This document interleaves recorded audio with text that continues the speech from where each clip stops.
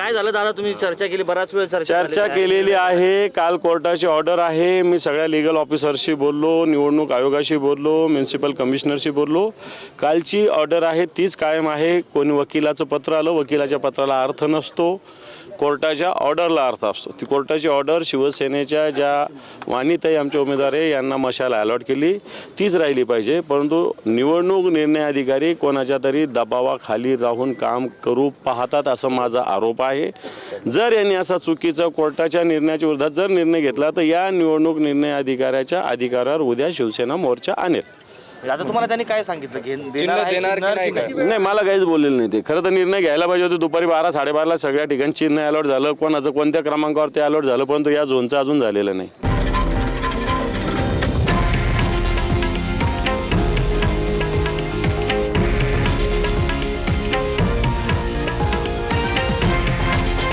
हे आहे देशातील नंबर 1 न्यूज नेटवर्क आणि आपण पाहत आहात TV9 मराठी, एकमेव.